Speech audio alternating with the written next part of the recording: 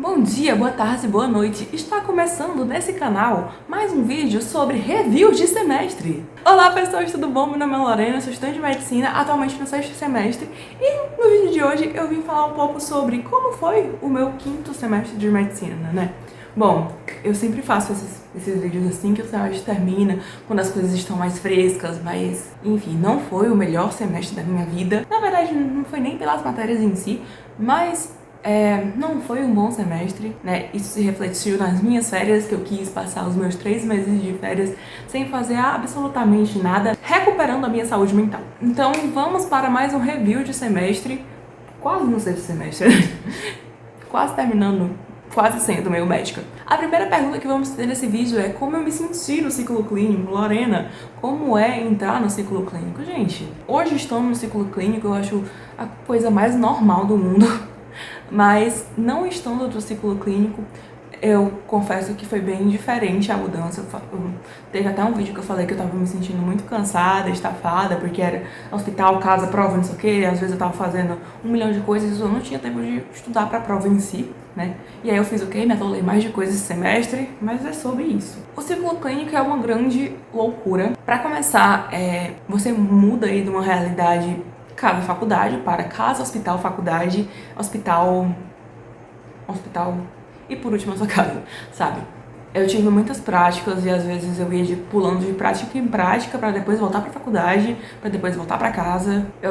Teve um dia que eu saí de casa às 7 da manhã e voltei 9 da noite, sabe? Foi um dia extremamente estressante, eu estava extremamente puta da minha vida porque eu estava cansada, eu tive que pegar 200 ônibus nesse dia e eu só queria dormir e eu precisava ficar assistindo aula até 9 horas da noite, sabe? Enfim, mas não é uma realidade muito diferente que eu tô tendo agora, sabe? Teve um dia que eu tive o dia inteiro de aula e eu tive que ir pra prática 9 horas da noite. É sobre isso. E eu não tô falando que seja uma coisa normal e que isso deva ser encorajado. Mas já que é a realidade que a gente tá tendo no momento, vamos ter que aceitar, entendeu? A segunda pergunta que temos aqui é como é que funciona as práticas? A gente tem 2 práticas, uma é de atendimento e outra é de acompanhamento. Tem algumas coisas em específico que a gente não consegue fazer. Primeiro, porque a gente não tem técnica. Segundo, porque a gente não tem experiência. E terceiro, porque a gente não tem conhecimento suficiente para fazer aquilo no paciente. A gente fez algumas práticas de hemodinâmica. No centro de hemodinâmica, a gente fez algumas práticas com stent, cateterismo, enfim. Mas a gente estava acompanhando. O médico especialista que fez tudo, a gente só ficou lá com um jaleco de 10 quilos, sabe? Foi muito pesado, eu quase passei mal, mas não por causa do sangue e tudo mais, mas por causa do peso. Foi horrível. E a gente também tem a prática de atendimento. A gente tem a prática de acompanhamento e a prática de atendimento. Na prática de atendimento, a gente atende, né? São coisas mais básicas, mais ambulatoriais, e a gente atende o paciente. Então, o paciente vem ali com uma queixa de DPOC, você vai fazer a história clínica dele, e aí quando o médico vai chegar na sala, você vai passar a história para ele, vai discutir ali com o paciente, vai dar alguma solicitação de exame se for necessário, assim como a solicitação mandar remédio, tipo, pedir para ele tomar remédio X, sabe? Confesso que achei que o ciclo clínico ia focar mais na parte de medicamentos em si, porém eu fui levemente enganada, porque a gente passou o ciclo básico inteiro falando sobre medicamentos e não sei o que, e eu pensei, não, quando a gente chegar no ciclo clínico, a gente vai aprender realmente os medicamentos e as posologias deles. Os professores falam, isso aqui vocês aprendem depois. Esse negócio de aprender depois nunca dá certo. Eu vou chegar no internado sem saber quais são os remédios que a gente necessariamente usa e eu vou, e aí eu vou me lascar. Eu passei 4 horas na clínica médica. 4 horas na clínica médica da Santa Casa, só vendo coisa de monitoria. E eu descobri que eu realmente preciso saber posologia das coisas, porque todo mundo acha que você aprende isso na faculdade, mas você não aprende. No ciclo clínico, pelo menos na UFC, é dividido em 2 turmas. A minha turma é a 32, então a gente é dividido em 2 turmas, a 32A e a 32B. Essas 2 turmas são subdivididas em subgrupos. Eu fiquei do lado A da turma, né, quando teve a divisão. Eu comecei por pneumologia e por cardiologia. Então, eu aprendi ali o que dava para aprender, né, sobre as doenças de modo clínico. E quando muda o módulo, o pessoal que tá do lado B estuda pneumo e cardio e eu vou ali estudar o que o pessoal do lado A aprendeu, né, naquela primeira parte do módulo. que é gastro, nutro e endócrino. E lembrando que, como sempre, a gente tem DP e ABS no meio de tudo isso. Em ABS, a gente começou a parte mais SUS da coisa, mais PSF, e a gente foi aprender um pouco sobre puericultura, a saúde básica da criança, né, em ABS. E em DP, a gente aprendeu sobre psiquiatria. A professora explicou um pouco sobre por que mudou esse cronograma, né, porque antigamente era no 8º, eu acho, e eles trouxeram pro 5º, porque eles estavam achando que ali 8 semanas para aprender psiquiatria era pouca coisa, então eles botaram em DP, que era uma vez por semana durante 18 semanas. 16, completamente maluca. Em DP, eu tive psiquiatria. E aí vamos voltando para a mesma coisa do semestre 4, que foi sobre psicologia médica e psicopatologia, que eu voltei para o hospital mental. E aí, gente, pode ser que seja uma loucura na minha cabeça, que eu tenha evoluído psiquiatricamente, mentalmente. Eu evoluí de alguma forma, que eu passei a não odiar estar no hospital mental.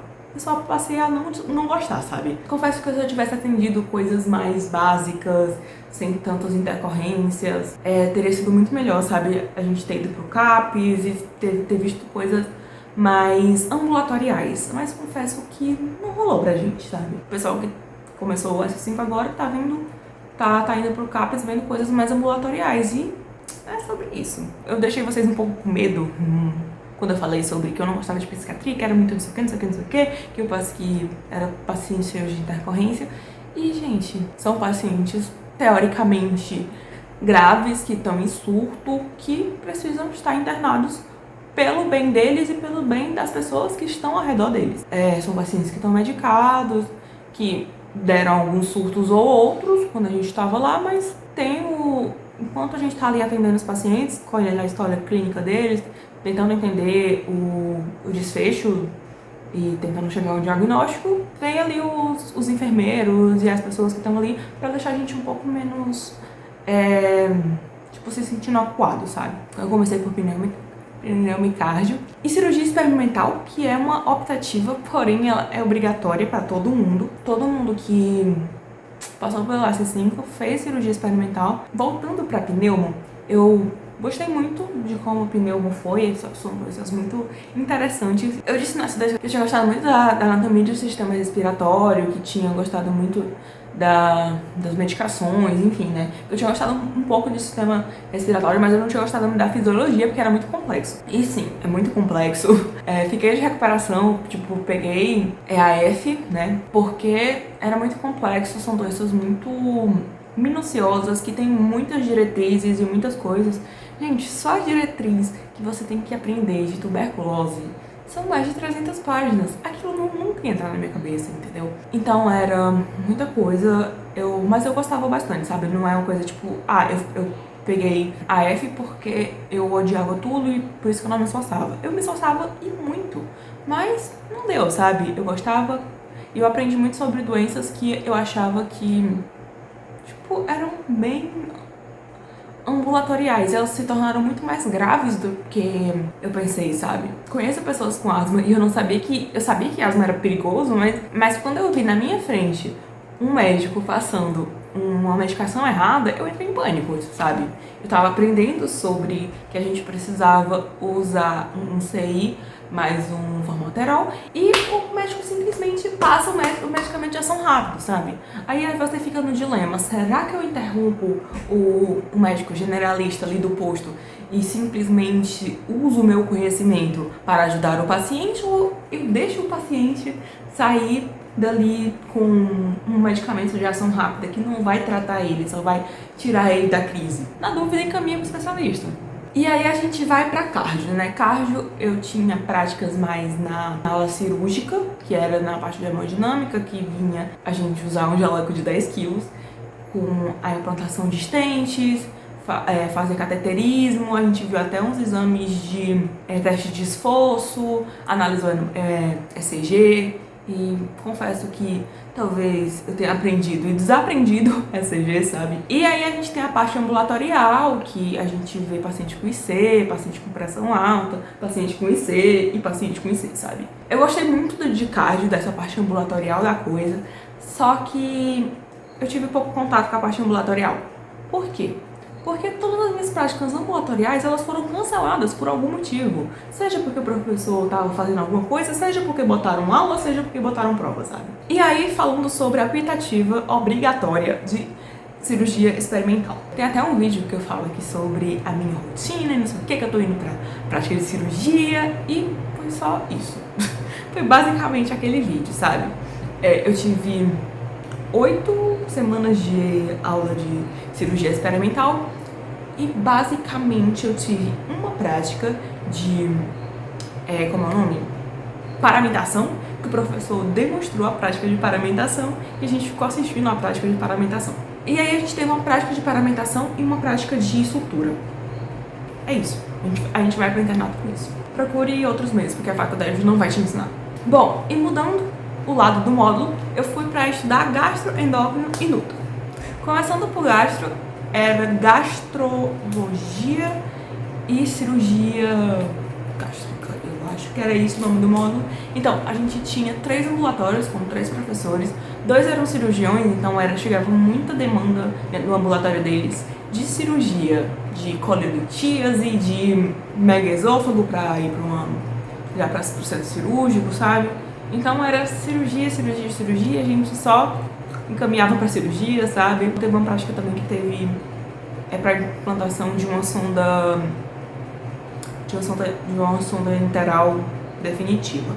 Mas era basicamente colelitíase e refluxo muito grave, que não dava para ser ali corrigido ambulatorialmente, que era já mandando para a mesa cirúrgica. O tanto de colelitíase que a gente pegou foi bem alto. E aí, a gente tem um ambulatório que não era cirúrgico, né?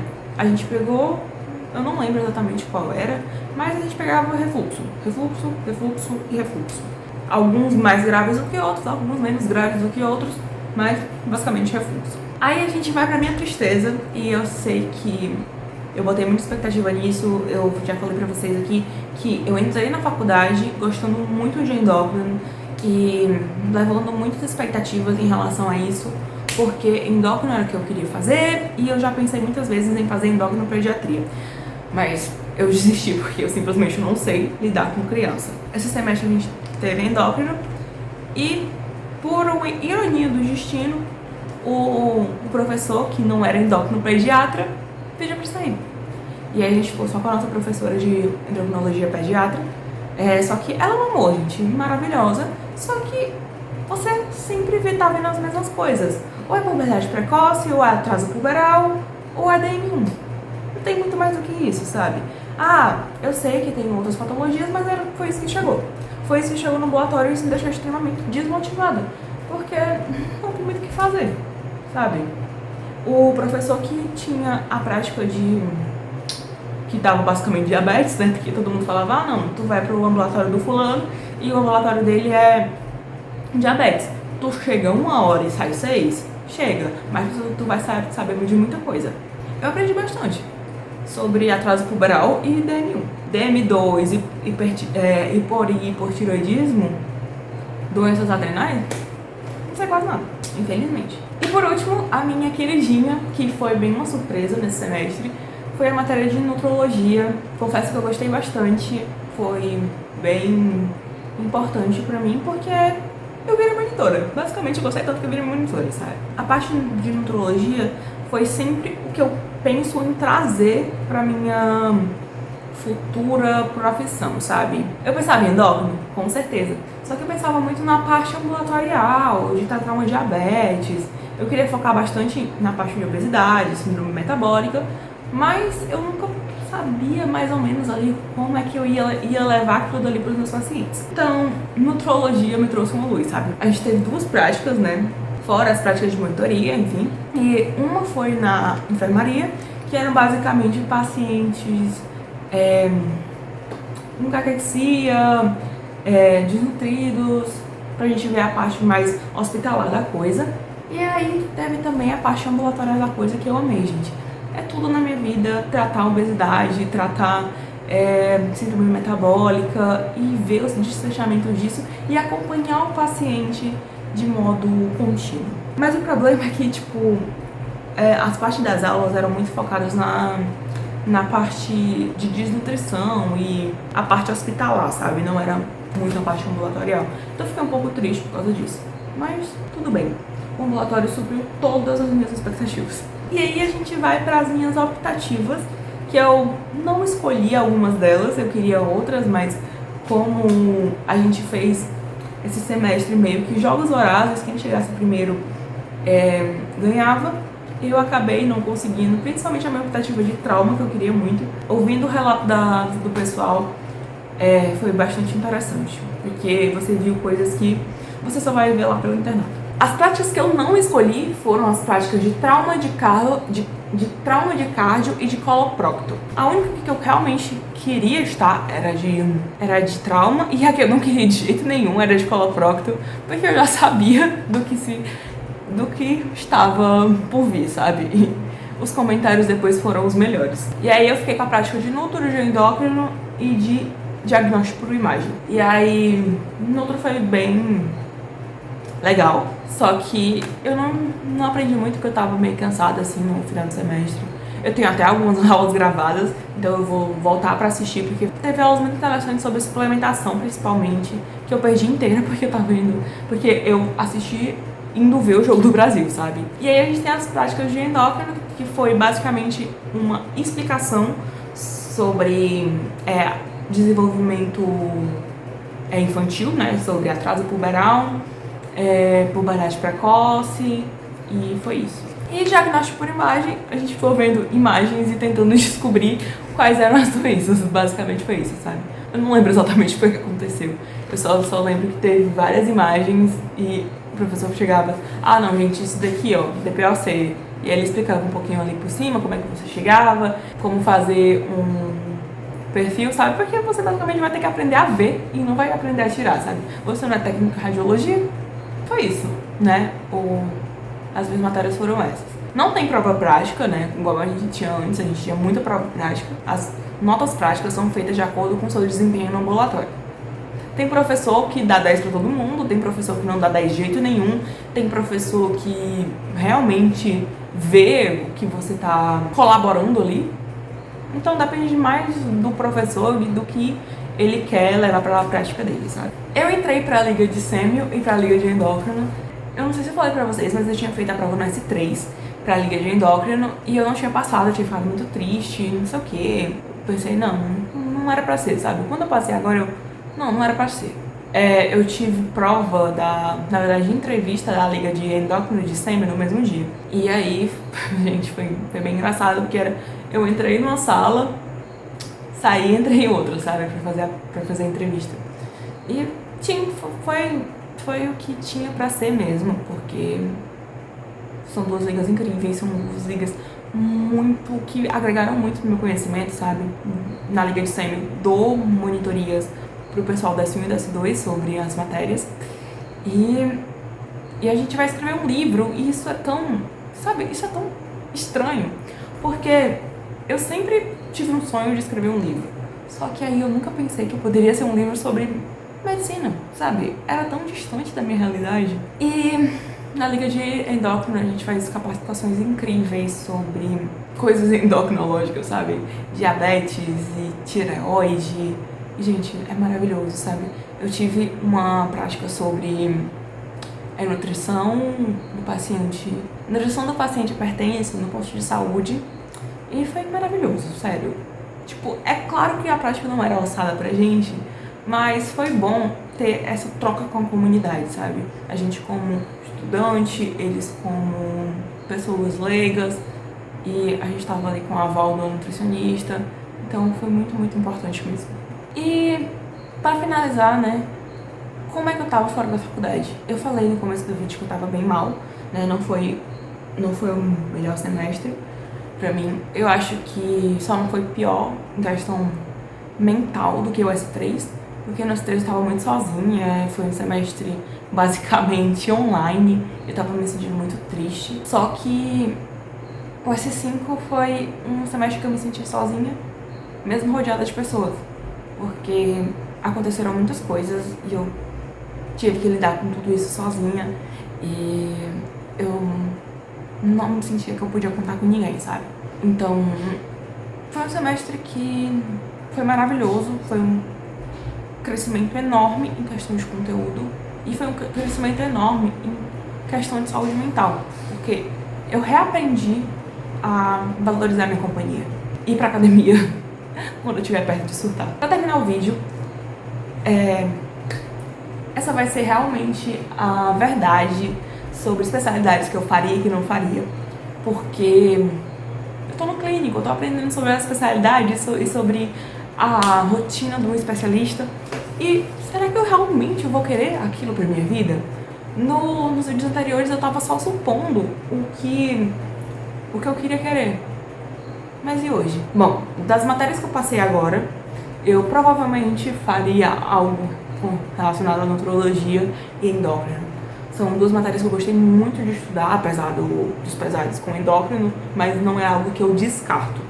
É algo que eu acho que pode complementar a minha vida, sabe? Endocrinologia com nutrologia. Eu conversando com alguns colegas, eu até falei, não, eu quero fazer uma faculdade de uma residência em endocrinologia, depois eu vou fazer ali uma especialização em nutro. E quando eu fui fazer a prova de monitoria de nutrologia, a professora de endócrino tava lá, e aí ela endócrino pediatra, especialista em nutrologia, não sei o que, não sei o que. Gente, mulher mais perfeita impossível, sabe? E aí ela, Lorena, tu não vai fazer a prova tu não fez a prova de endócrino, não sei o que, não sei o que. Não, professora, pelo amor de Deus, olha a concorrência da prova de endócrino, tipo, tinha, sei lá, 8 pessoas pra 2 vagas, sabe? E aí ela, tudo bem, eu só perdoo porque você tá fazendo nutro, sabe? E, gente, nutro realmente foi a minha menininha dos olhos de ouro e realmente fez eu ver que eu quero seguir mais pra essa parte ambulatorial e obesidade, síndrome metabólica da coisa. Então é isso, gente. Eu espero muito que vocês tenham gostado do vídeo. Se inscreve aqui no canal para mais vídeos de medicina aqui no Lorena Med, tá bom? É isso. Beijinhos. Tchau, tchau.